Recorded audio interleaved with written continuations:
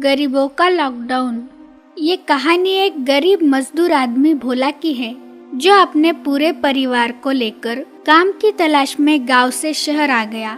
उसका पूरा परिवार हर रोज मेहनत मजदूरी करके अपना पेट पालता था और दिन का गुजारा करता था। वो हर रोज मेहनत करके कमाने वाले लोग थे। जब तक वो रास्तों पर निकलकर कुछ ना कुछ काम ना करे, तब तक उन्हें खाना नहीं मिलता था।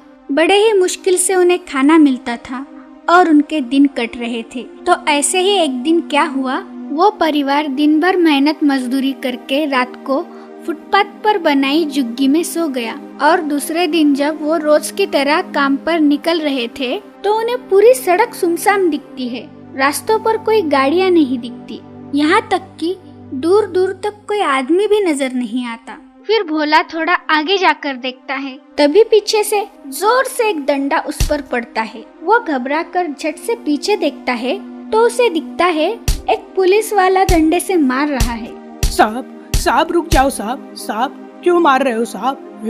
पागल कहाँ घूम रहा है? हाँ चल भाग यहाँ से, पता नहीं लॉकडाउन चल रहा है, पूरा देश बंद है। अगर दोबारा सड़क पे दिखा ना तो बहुत मारूंगा। लेकिन साहब ये लॉकडाउन क्या है साहब, और ये सब कुछ बंद क्यों है? अरे पागल कौन सी दुनिया में है तू? यहाँ कोरोना नाम की महामारी आ गई है, महामारी। अगर घर से बाहर निकलेगा तो इस बीमारी का शिकार होके मर जाएगा। चल भाग यहाँ से, पता नहीं कहाँ से आ जाते हैं पागल लोग। ऐसा बोलकर और एक डंडा पीछे से लगाता है। वो बेचारा घबराकर दौड़ते हुए अपने परिवार के पास आता है। फिर उसके परिवार वाले पूछते हैं तो वो बताता है कोई महामारी आई है, जिसकी वजह से देश बंद है और सड़कों पर नहीं जा सकते। फिर उसके बच्चे बोलते हैं, लेकिन हम बाहर जाकर कुछ बेचेंगे नहीं तो हमें खाना कैसे मिलेगा? फिर भोला बोलता है, सड़क पे कुछ बेचने के लिए लोग तो रहने चाहिए ना बेटा, बाहर भीख देने के लिए भी कोई आदमी नहीं है। फिर उसकी पत्नी बोलती है, अगर ऐसे ही चलता रहा तो हम भूख से ही मर जाएंगे। फिर बेचारा भोला सोच में पड़ जाता है कि अब क्या करे। 2 दिन गुजर जाते हैं। उसका परिवार भूख से परेशान हो जाता है। बच्चे भूख के मारे रो रहे होते हैं। भोला को अपने परिवार की ऐसी हालत देखी नहीं जाती, लेकिन वो गरीब करे भी तो क्या। उसके पास इतने पैसे भी नहीं थे कि वो 2 दिन का अनाज घर में भरकर रख दे। और बाहर निकला तो दूर दूर तो कोई नहीं दिख रहा था जो भोला को काम दे सके। और ऊपर से पुलिस की मार भी पड़ रही थी। लेकिन अपने बच्चों और परिवार की ऐसी हालत उससे देखी नहीं जाती। वो बच्चों को रोता देख सड़क पर निकल जाता है। फिर भोला को पता चलता है कि सरकार गरीबों के लिए राशन दे रही है। फिर भोला वहाँ पर चला जाता है। वहाँ जाकर भोला को पता चलता है कि राशन सिर्फ उन्हें ही मिल रहा है जिनके पास राशन कार्ड है। बेचारा भोला, उसके पास रहने का ठिकाना नहीं, तो ये राशन कार्ड आधार कार्ड कहाँ से आएगा? फिर भोला मायूस होकर वहाँ से निकल जाता है। फिर उसे पता चलता है किसी सरकारी स्कूल में गरीबों के लिए खाने का इंतजाम किया गया है। वो जैसे तैसे वहाँ पर पहुँच जाता है। वहाँ जाकर उसे पता चलता है कि वहाँ बहुत बड़ी लाइन है। लोग अपने हाथों में डिब्बे थैलियाँ लेकर कड़ी धूप में बहुत देर से वहाँ पे खड़े थे। वो भी वहाँ उनके पीछे जाकर खड़ा हो जाता है। खाने की लाइन इतनी लंबी थी कि उसका नंबर आते आते 5-6 घंटे का समय वहाँ उसे लग जाता है। दोपहर के 3 बज जाते हैं। बेचारा भोला कड़ी धूप में नंगे पांव इस आस में वहाँ पे खड़ा रहता है कि कुछ खाना मिले तो अपने भूखे बच्चों का पेट भर सके। जब उसका नंबर आता है तो उसे पता चलता है कि लोगों की तादाद इतनी थी कि उसका नंबर आते आते खाना ही खत्म हो गया। बेचारे का दिल बैठ जाता है। वो मायूस होकर खाली हाथ अपने परिवार के पास लौट जाता है। सड़क से जाते जाते फिर पुलिस उसे पकड़ लेती है और कहती है, ए पागल, तुझे एक बार बोला तो समझ में नहीं आता क्या? सड़क पर क्यों घूम रहा है? भोला रोते हुए पुलिस से बोलता है, साहब आप एक काम करो, इससे अच्छा तो आप मुझे मार ही डालो साहब। मेरा परिवार 2-3 दिन से भूखा है साहब। मेरे बच्चे भूख से तड़प रहे हैं। हमारे पास खाने के लिए तो छोड़ो, कल से पीने के लिए पानी तक नहीं है साहब। ये महामारी हमें मारेगी या नहीं पता नहीं, पर हाँ ये भूख हमें जरूर मार देगी साहब। मैं अपने परिवार को भूख से मरते नहीं देख सकता साहब। इससे अच्छा तो आप मुझे मार ही डालो साहब। ऐसा बोलकर जोर जोर से रोने लगता है। तब उस पुलिस वाले को उस पर दया आती है और वो उस आदमी को पहले अपने पास का पानी पीने के लिए देता है और उसके पास जो कुछ खाने को है वो उस गरीब के हाथ में देकर उसे अपने परिवार के पास भेज देता है। दोस्तों, हमारे देश में करोड़ों लोग ऐसे जी रहे हैं जिनके पास रहने के लिए घर भी नहीं है। उन्हें फुटपाथ पर रहना पड़ता है और रोज खाने के लिए संघर्ष करना पड़ता है। हमारा देश डिजिटल इंडिया बनते बनते कहाँ पहुँच गया। आज हम हमारे देश के गरीब लोगों के लिए एक वक्त का खाना भी नहीं जुटा पा रहे हैं। ऐसे ही इनकी जिंदगी में इतनी मुसीबतें हैं और अब ये महामारी। अब ये बेचारे लोग कहाँ जाएंगे, क्या खाएंगे। इनके पास इतने पैसे नहीं हैं कि ये 2 दिन का खाना भी घर में लाकर रख सके। खाना तो छोड़ो, उनके पास रहने के लिए घर ही नहीं है। दोस्तों, लॉकडाउन सबके लिए एक जैसा नहीं है। जहां हम सभी लोग अपने अपने सुरक्षितता के लिए खाने पीने की वस्तुएं और रोजमर्रा की जीवन की जरूरतों का सामान भर भर के अपने घर लेकर जा रहे हैं, उसी वक्त कुछ गरीब लोगों को 2 दिनों में सिर्फ एक ही वक्त का खाना मिल रहा है। रोज कमाकर खाने वाले लोगों का और उनके परिवार और बच्चों का क्या होगा। कई लोगों को तो लॉकडाउन का मतलब भी नहीं पता। लॉकडाउन की वजह से इन्हें जिस समस्याओं का सामना करना पड़ रहा है ना, वो हम सोच भी नहीं सकते। इस महामारी से भी खतरनाक जिस महामारी से अब इस वक्त ये लोग जूझ रहे हैं ना, वो है भूख। पता नहीं इस महामारी से ये लोग मरेंगे या नहीं, लेकिन हाँ, भूखमरी का शिकार ये लोग जरूर बन जाएंगे। क्यों ये दिन इन गरीबों के नसीब में आए, ये उनकी सोच से परे है। अब इस मुसीबत से इन्हें एक ही चीज बचा सकती है और वो है इंसानियत। दोस्तों, अगर आपके दिल को ये गरीबों की सच्ची कहानी छू गई तो प्लीज इसे लाइक और शेयर करें और हमारे चैनल को सब्सक्राइब करें। एक गरीब मजदूर भुवन अपने परिवार के साथ रहता था। उसके परिवार में उसके 2 बच्चे और पत्नी गीता उसके साथ रहती थी। वो रोज मजदूरी करके गुजारा करता था। वो पढ़ा लिखा नहीं था, इसलिए उसे मजदूरी के अलावा और कोई काम भी नहीं मिलता था और उसे हर रोज काम ढूंढना पड़ता था। इस महंगाई के जमाने में वो अपने परिवार का गुजारा कर सके, ये उसके लिए एक चुनौती थी। इसीलिए कभी उसे काम न मिले तो उन पर भूखे पेट सोने की नौबत आ जाती थी। लेकिन फिर भुवन और उसकी पत्नी गीता दोनों भूखे पेट रह के अपने बच्चों को भरपेट खाना देते थे और हर रोज उन्हें अपने परिवार की चिंता लगी रहती थी कि आज कैसे भी 2 पैसे कमाकर अपने परिवार को भरपेट खाना मिले। इसी संघर्ष में उसके दिन गुजर रहे थे। एक दिन सुबह भुवन जब काम की खोज में निकल रहा होता है, तभी उसका छोटा बेटा अपनी माँ से बोलता है, माँ, मुझे बहुत भूख लगी है, कुछ खाने को दो ना। गीता बोलती है, थोड़ी देर रुक जाओ बेटा, मैं कुछ बनाती हूँ। और भुवन से जाकर बोलती है, अभी मैंने कुछ भी नहीं बनाया क्योंकि घर का सारा अनाज खत्म हो गया। आप आज कुछ ना कुछ लेकर आइए, नहीं तो बच्चों को भूखा ही सोना पड़ेगा। और भुवन बोलता है, ठीक है। ऐसा बोलकर सोचते सोचते काम की खोज में निकल जाता है। भुवन दिन भर काम की खोज में इधर उधर भटकता रहता है, लेकिन उसे काम ही नहीं मिलता। दिन ढल जाता है। भुवन को अपने बच्चों की चिंता सता रही होती है। उसे क्या करे कुछ समझ में नहीं आ रहा था।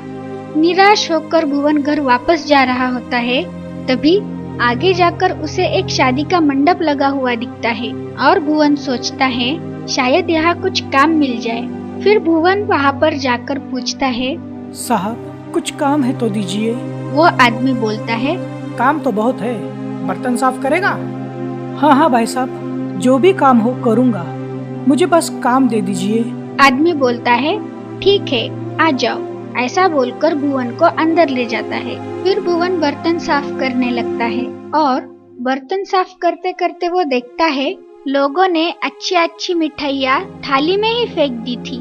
ये देखकर भुवन मन ही मन सोचता है, इतनी अच्छी अच्छी मिठाइयाँ पकवान लोगों ने थाली में छोड़कर ऐसे ही फेंक दिए हैं। काश ये मेरे बच्चों को मिल जाते तो उनका पेट भर जाता। फिर भुवन सोचता है, वैसे भी इन लोगों ने ये मिठाइयाँ फेंक दी है, अब इन्हें कोई नहीं खाएगा। क्यों ना मैं इसे अच्छे से अलग रखकर घर ले जाऊँ ताकि ये मेरे बच्चे खा पाए। लेकिन वो मन ही मन सोचता है, मैं मेरे बच्चों के लिए ये झूठा कैसे ले जाऊँ। तभी उसे अपनी पत्नी गीता की सुबह की बात याद आती है। अभी मैंने कुछ भी नहीं बनाया क्योंकि घर का सारा अनाज खत्म हो गया। आप आज कुछ ना कुछ लेकर आइए, नहीं तो बच्चों को भूखा ही सोना पड़ेगा। रात हो जाती है। एक तरफ उसके बच्चे की भूख और दूसरी तरफ उसकी मजबूरी। इसके आगे भुवन को अच्छा बुरा सही गलत कुछ समझ में नहीं आता। अपने बच्चों की भूख के आगे एक मजबूर बाप का स्वाभिमान हार जाता है। फिर वो बर्तन साफ करते करते उसमें से कुछ अच्छे अच्छे पकवान एक कैरी बैग में भरकर बाजू में रख देता है और उसी वक्त मेहमानों को मिठाइयाँ कम पड़ जाती है। तभी एक आदमी आकर बोलता है, साहब मेहमानों को मिठाई कम पड़ गई, जल्दी से बनवानी पड़ेगी। कम पड़ गई? अच्छा ठीक है, मैं रसोई घर में जाकर देखता हूँ। और वो रसोई घर में जाता है। तभी वहाँ से अपना काम करके भुवन जमा किए हुए अच्छे अच्छे पकवान हाथ में लेकर जा रहा होता है। तभी वह आदमी भुवन के हाथ में मिठाइयाँ देखता है। उसे लगता है मैंने इसे बर्तन धोने का काम दिया और ये मिठाइयाँ गायब कर रहा है, और गुस्से से भुवन की तरफ जाता है और बोलता है, रुक जा, ये क्या है? खाना चोरी कर रहा है? यहाँ मेहमानों को कम पड़ रहा है और तू थैलियाँ भर भर कर लेके जा रहा है।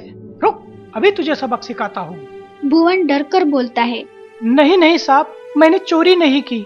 लोगों ने फेंका हुआ झूठा बचा कुचा मैं अपने भूखे बच्चों के लिए लेकर जा रहा हूँ साहब, मैं चोर नहीं हूँ। आदमी बोलता है, ऐसा? तो बता इसमें क्या है? और देखता है तो उसमें उसे अच्छे अच्छे पकवान दिखते हैं, अच्छी अच्छी मिठाइयाँ दिखती है जो कि लोगों ने वैसे ही फेंक दी थी।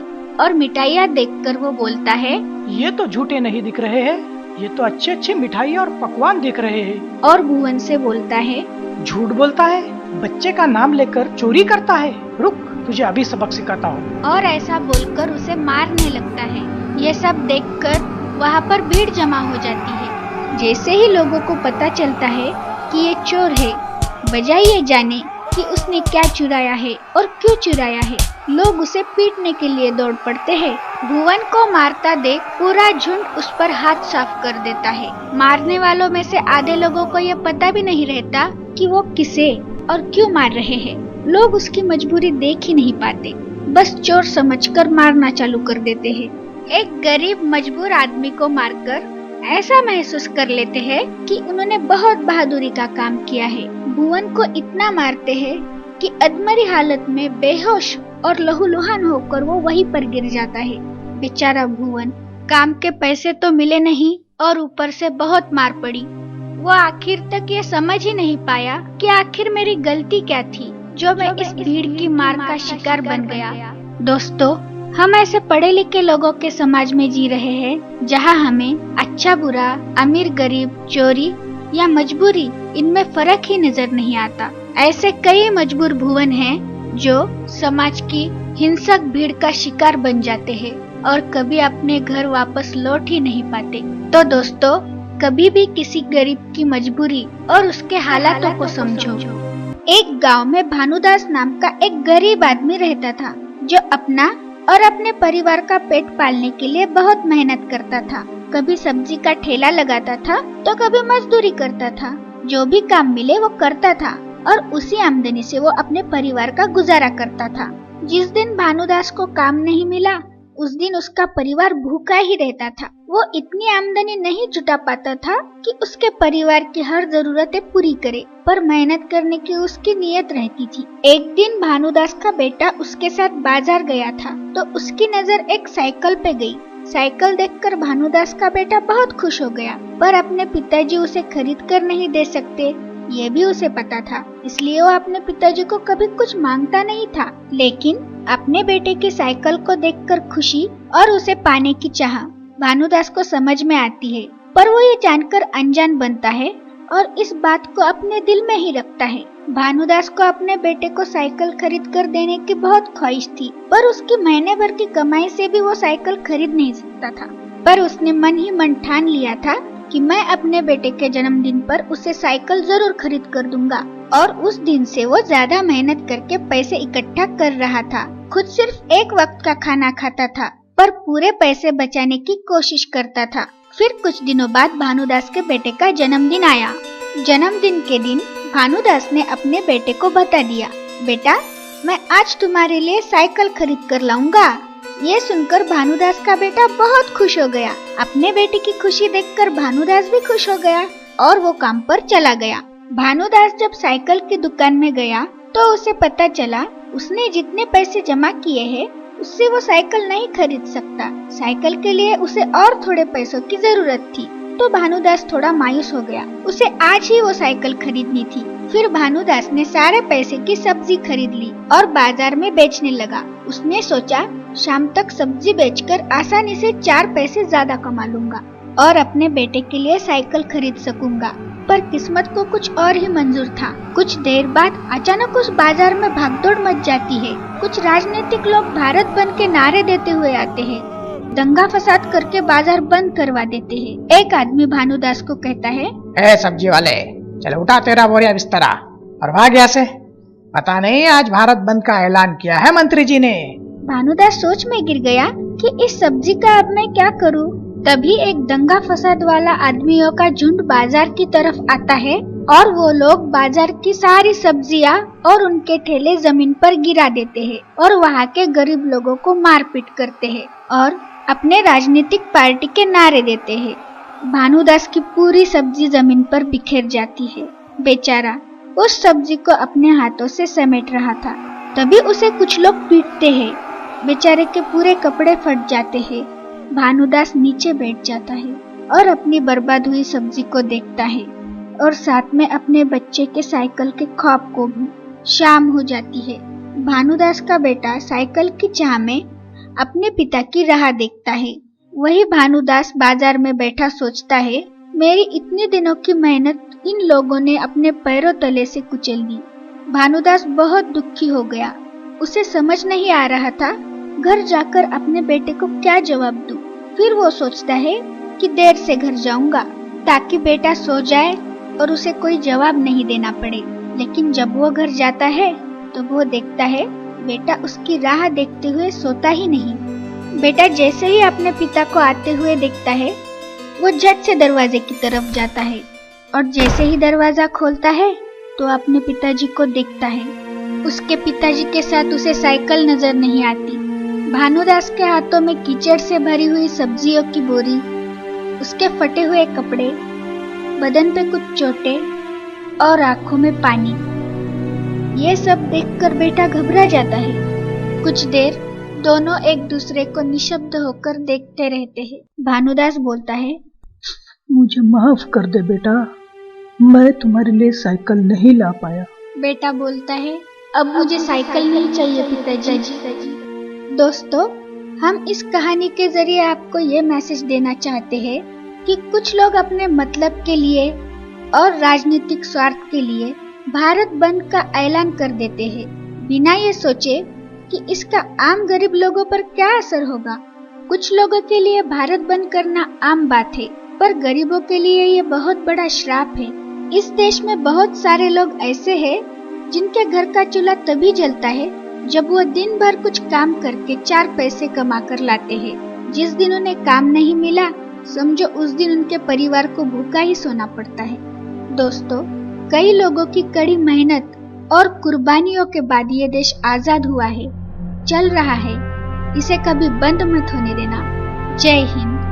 अगर आपको ऐसी ही समाज में परिवर्तन लाने वाली कहानियाँ पसंद है तो इसे जरूर लाइक करें, अपने दोस्तों के साथ शेयर करें और अपनी राय हमें कमेंट करके बताइए। आप अगर नए हो तो प्लीज हमारे चैनल को सब्सक्राइब कीजिए। हम ऐसे ही लाएंगे आपकी फरमाइश की कहानियाँ जो दिल को छू ले।